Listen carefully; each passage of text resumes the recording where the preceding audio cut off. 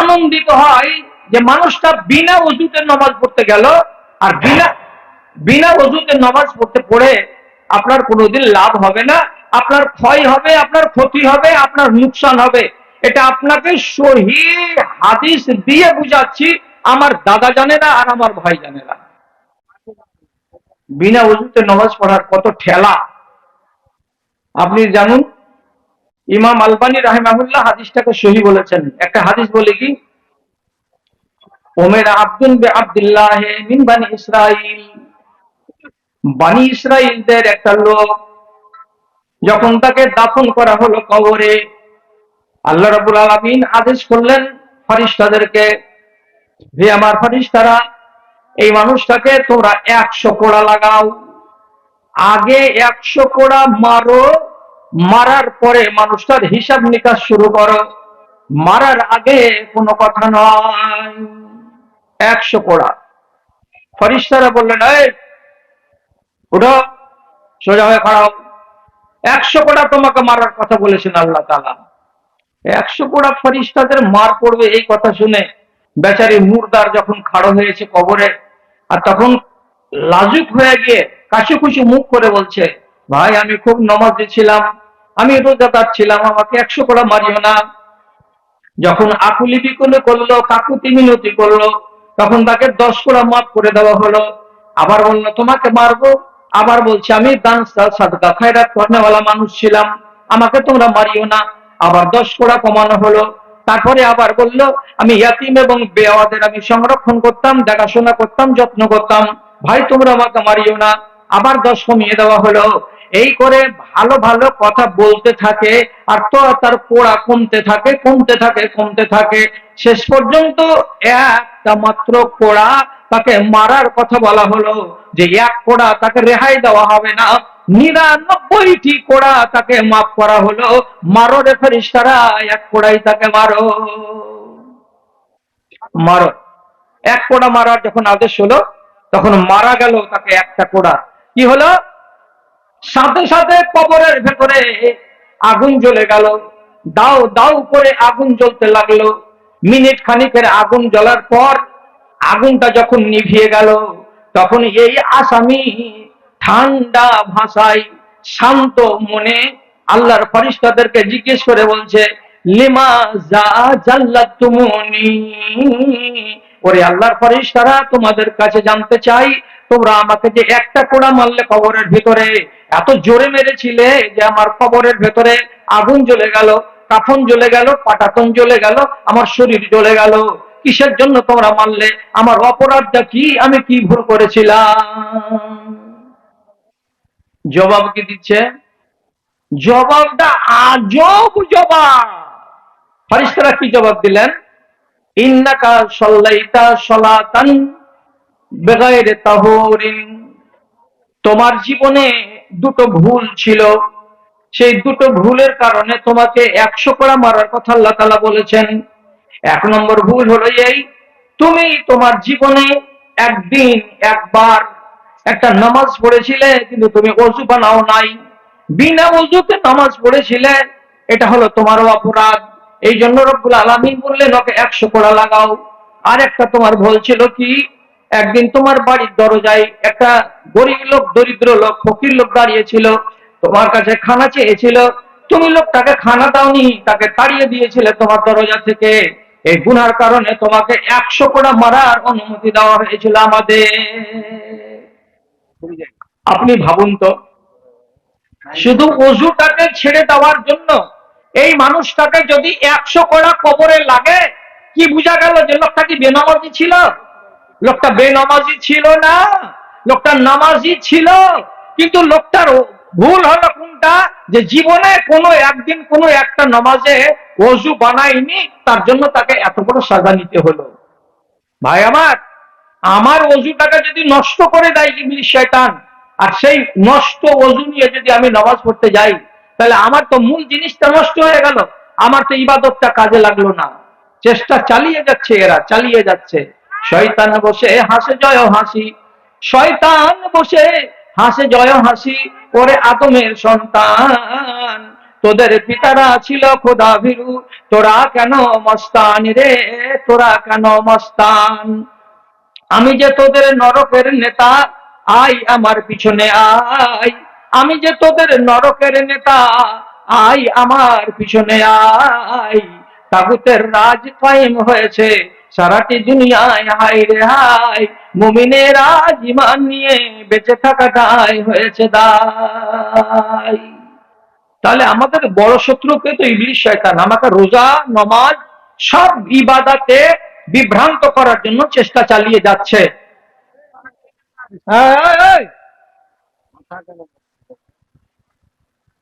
তোরা কি ইউটিউবে ওয়াজ গলা দেখেছিস না?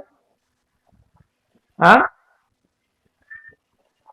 মাইক মানকে এর আগে এক জায়গাতে কোন জায়গাতে আমি ধাতা নিয়ে দিয়েছি, তো এটা ইউটিউবে ঘুরছে। আমি যখন ওয়াজ করব তখন যদি মুখে কলু পড়তে পারো তো এখানে আসিও, আর যদি মুখে কলু পড়তে না পারো তো এখানে আসিও না, এই সীমা নাই। এটা প্রোটেক্টেড এলাকা। চুপচাপ থাকো, একটা মুখ চলছে এই মুখটাকে চলতে দাও, বেশি মুখ চালাবার চেষ্টা করিও না। কেন খারাপ আছে কেন? হ্যাঁ, মনে হচ্ছে আমার বডিগার্ড আছে, যোগানদারি করছে আমাকে। ভাই আমার, ইবলিশের চাওয়া ক্ষমতা আল্লাহ তাআলা দিয়েছেন বলে এতগুলো আলেম স্টেজে বসে আছেন, তাদের মুখের দিকে তাকাবেন। উনারা কি মাথা যদি এইভাবে নাড়াই তাহলে জানতে হবে ভুল কথা বলছি। মুখ যদি সোজা ভাবে নড়ে তাহলে জানবেন যে আমি ঠিক কথা বলছি। আল্লাহ তাআলা স্বয়ং কোরআন মাজিদে ইবলিশ শয়তানকে পাওয়ার দিতে গিয়ে বলছেন, ওয়াশারিকুহুম ফিল আমওয়ালি ওয়াল আওলাদ। এই, যত রকমের চেষ্টা চরিত্র করবি কর, এমন পর্যন্ত তোকে পাওয়ার দিয়ে দিলাম যে বানি আদমের ধনে মালে যদি শরীক হতে পারিস হয়ে যা। তারপরে আল্লাহ তাআলা বলছেন আবার, যদি ওদের আওলাদে শরীক হতে পারিস, মানুষের বাচ্চা পয়দা হবে, এ বাচ্চাতে যদি ভাগ বসাতে পারিস, বাচ্চাতে ভাগ বসিয়ে নে। চেরানা তোর থাকবে আর 12 আনা জমশেদ আলীর থাকবে, যা বসিয়ে নেগা। তর্জমা মাথায় উঠবে না, ব্যাখ্যা মাথায় উঠবে না আপনার।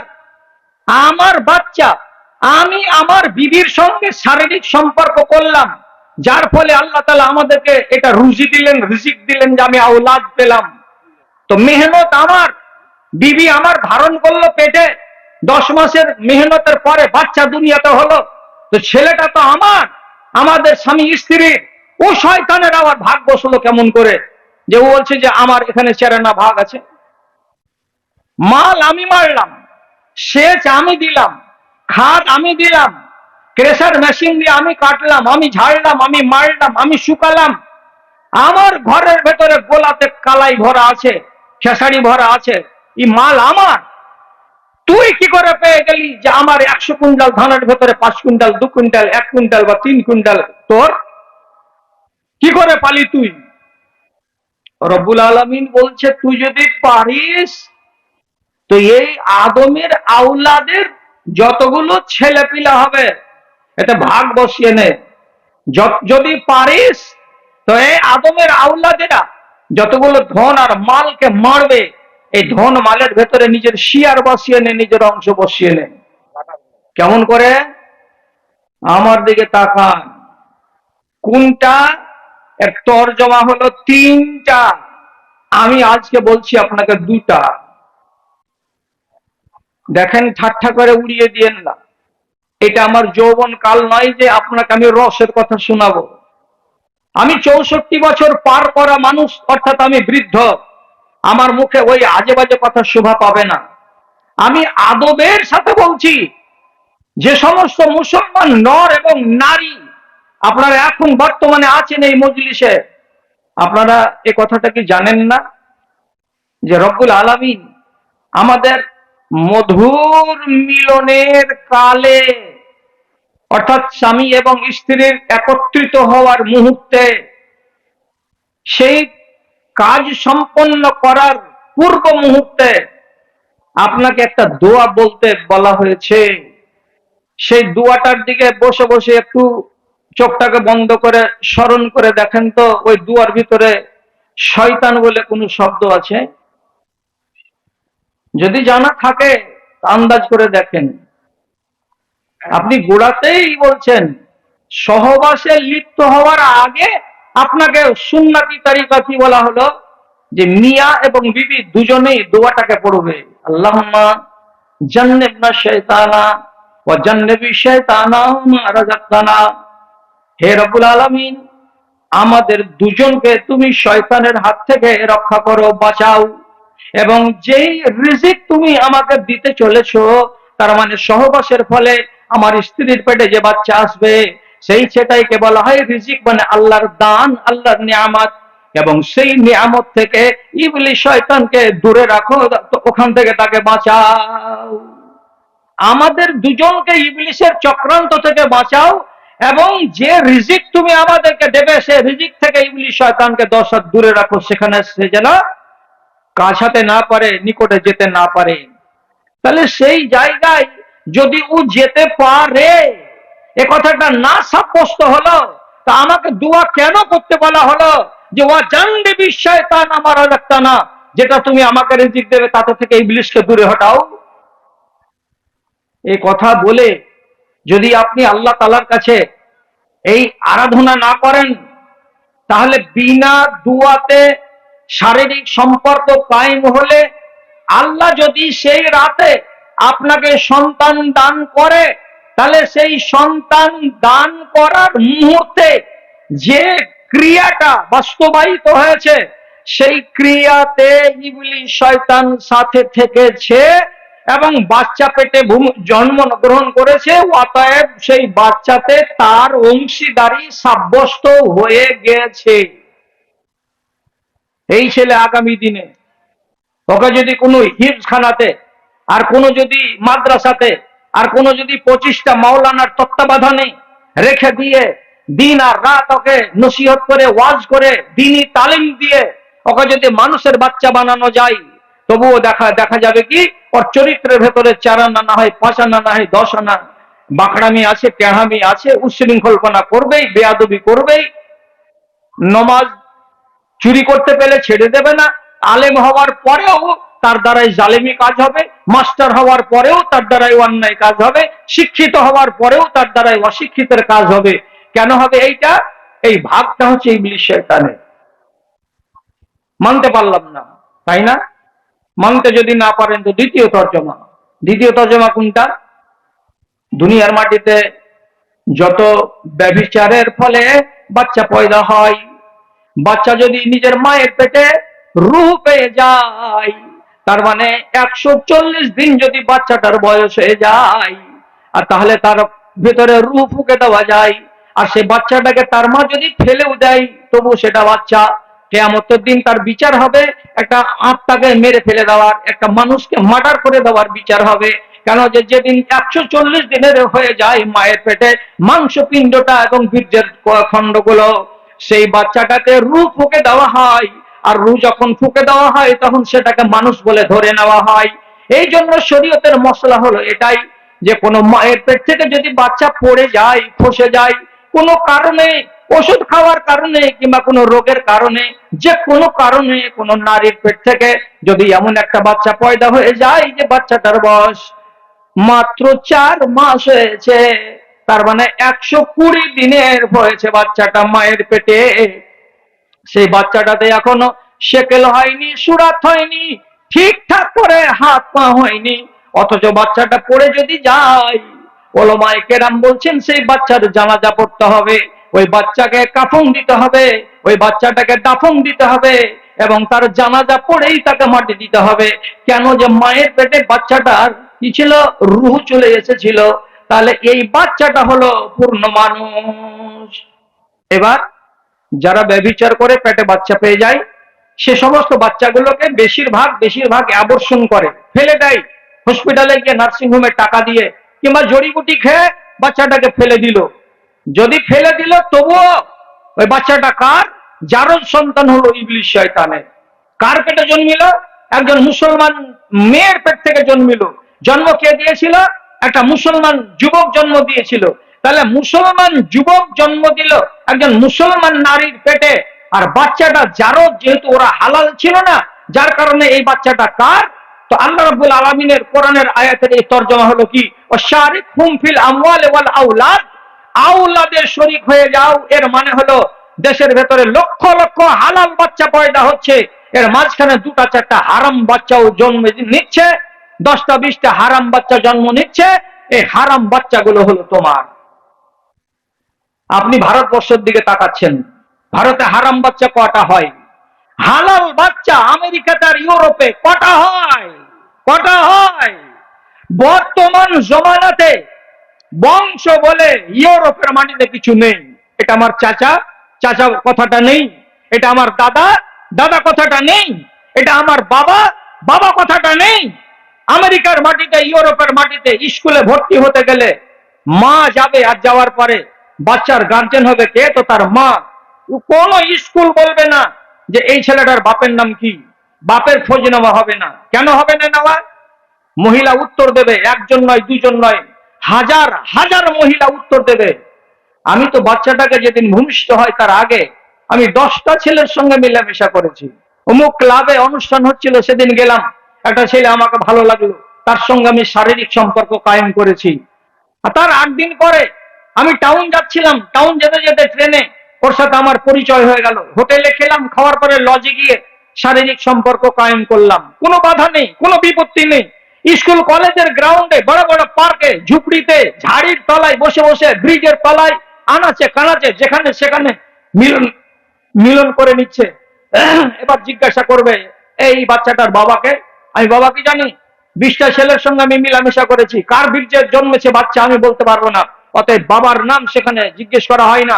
আল্লাহর কসম খেয়ে বলছি, ভুল কথা বললে কোনো মাস্টারকে জিজ্ঞেস করবেন, যারা আধুনিক শিক্ষায় শিক্ষিত তাদেরকে বলবেন ইউরোপের স্কুলে বাপের নাম লাগে না, শুধু মায়ের নাম লাগে। একই মায়ের 4টা ছেলে, 4 রকমের, কোনোটার ঠোঁট মোটা মোটা, কোনোটার গাল চ্যাপ্টা চ্যাপ্টা, কোনোটার রং হলো সাদা, কোনোটা বাচ্চা রং হলো কালো। এক ভাই যদি আর এক ভাইকে জিজ্ঞেস করে তোর রং কাইলে কেন? আমি কি জানি? মা জানে। মাকে যদি জিজ্ঞেস করে মা আমার রং সাদা, ওর রং সাদা, তো মেজো ভাইয়ের রংটা এত কালো কুচকুচে কেন? তো মা জানে যে হ্যাঁ, কালো কুচকুচে কেন হলো?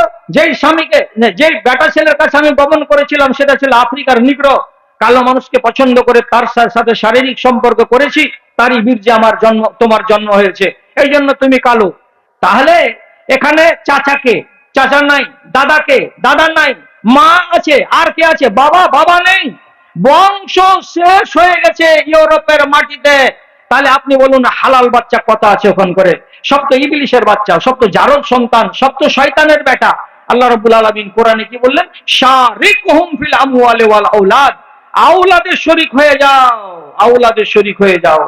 আল্লাহ আপনাকে বাঁচায়, আল্লাহ আমাকে বাঁচায়, মুসলমান কওমকে বাঁচায়।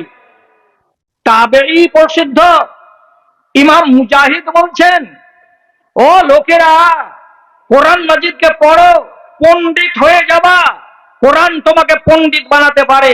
কোরআনের এক একটা ব্যাখ্যা যদি জানো তো তুমি বিশাল বড় আলেম, জ্ঞানী গুণী হয়ে যাবে। শয়তান কি করে শরীক হতে পারে আমার আওলাদে? তার 3 নম্বর ব্যাখ্যা হলো এটাই। মগজে তুলুন কথা, কথা মগজে তুলুন। আল্লাহ রাব্বুল আলামিন সূরা নিসার আয়াতে বলছেন, ইয়াসআলুনাকা আনিল মাহিজ কুল হুয়া আযান ফাতাজিলুন নিসা। তোমাদের স্ত্রীদের যদি ঋতু হয়, মাসিক হয়, সেই মাসিকের হালাতে তোমরা তোমাদের স্ত্রীর কাছে গমন করবে না। বুঝতে পারলেন তর্জমা? স্ত্রীর কাছে গমন করবে না, এর সোজা তর্জমা দেশের বাংলায় হলো কি, স্ত্রীর সঙ্গে শারীরিক সম্পর্ক করবে না, বাকি ওই স্ত্রীর কাছে ঘুমাবে, একই চাদরের একই ল্যাপের তলায়, তার সাথে তার দেহ থেকে তুমি উপকৃত হতে পারবে, অসুবিধা নেই। কিন্তু সহবাসটা বাদ দিয়ে তার তুমি সেবা নিবে, তার পানি নেবে, সে তোমাকে গ্লাসে পানি ঢেলে দিবে, তোমার মাথায় চিরুনি করে দেবে, তোমার পিঠে তেল লাগিয়ে দেবে, সব জায়েজ আছে। কিন্তু ইল্লান নিকাহ, শুধু শুধু মিলনটা বাদ থাকবে। কটা দিন? যতদিন নারীর, আপনার স্ত্রীর ঋতুর কাল চলছে ততটা দিন। তারপরে সেই স্ত্রী হলো হালাল। এইবার